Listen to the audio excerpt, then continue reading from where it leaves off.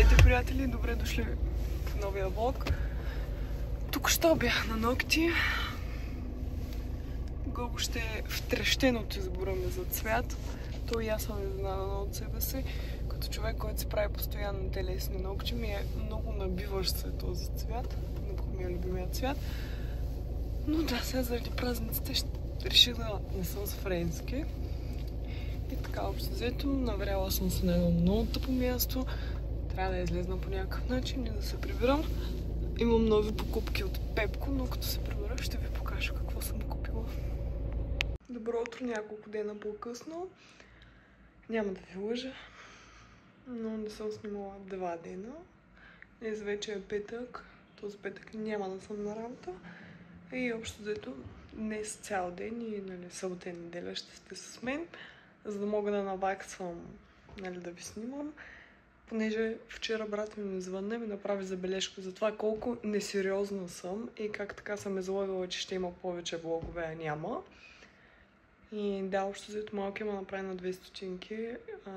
Не мога да го преглътна аз това.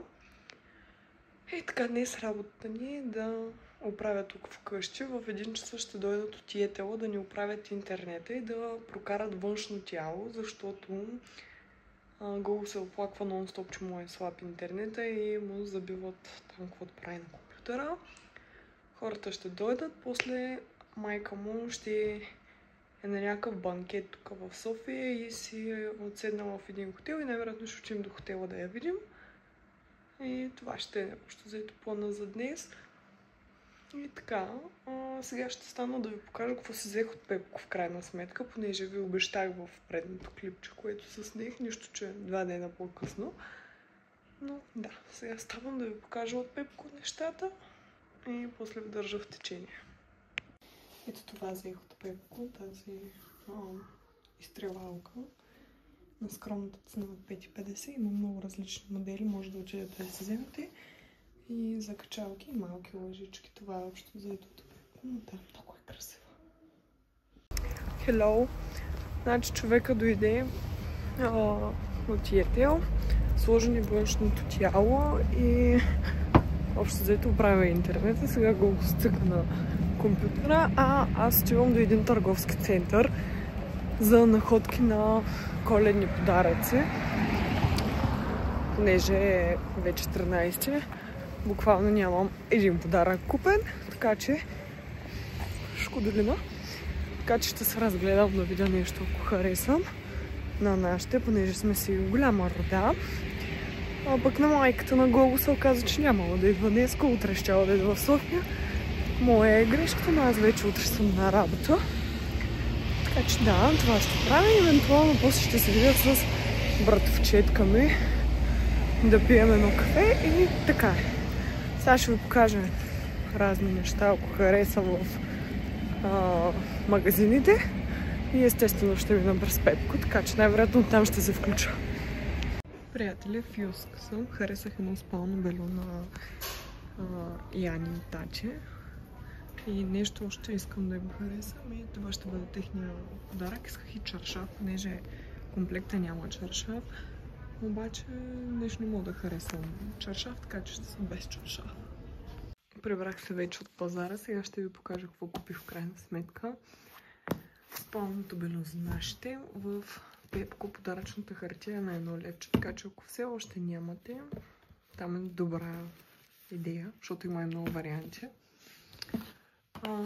На брат ми взех, на най-малки, взех такива печати, понеже се радва.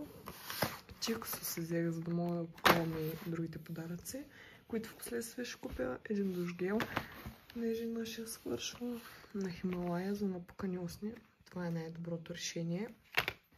Една маска се взех и течен сапун, защото от Пепко нещото, което купих, ето това аз вече съм го напълнила, е за течен сапун и стои много яко и много красиво. На живо е маслено, зелено това. И да, трябваше просто нещо, с което да го напълня и вече е пълното.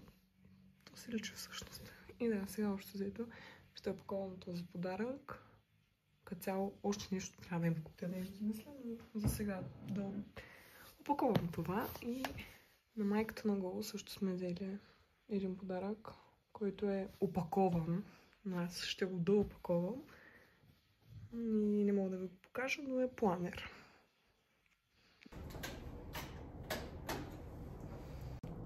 Така, вече се включвам от работа. Да изразя моето гневно състояние. За да стигна до работа, идвам с колата и винаги минавам по един от главните булеварди, като днес отивам и булеварда е затворен, нали, втапа си около 10 минути, защото булеварда е затворен. Стигаш до момента, където са бариерите и на бариерите пише "Участъка се мие". Как може да миеш един от най-главните булеварди в 10 часа сутринта? Там, отделно, минаваш по един заобиколен път, който по заобиколен път аз вече съм минавала един път, защото обърках пътя.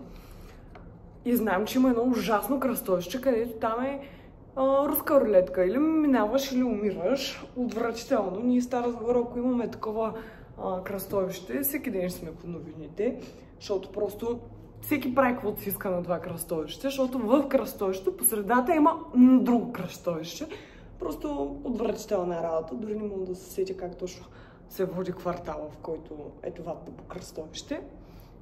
Но да, просто трябваше да изразя гневната си енергия. Най-накрая успях да пусна музиката в бутика, защото лаптопа ни е малко импровизиран, но това няма значение. Но да, взех се кафенце. Колежката вчера имаше рожден ден и ми е оставила даръче. И да.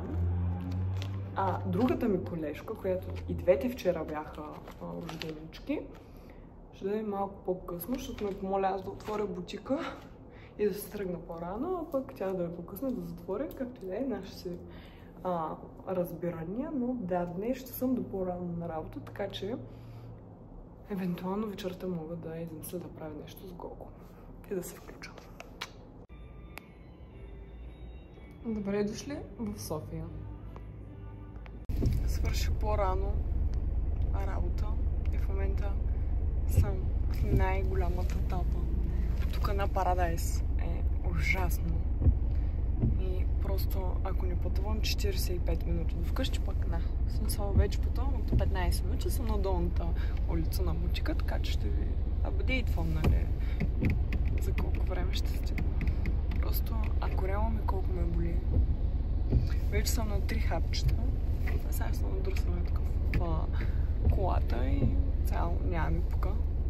Че съм в тапата и се чувам. 43 минути по-късно.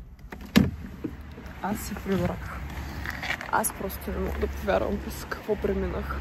Тея хора около Парадайс не са добре.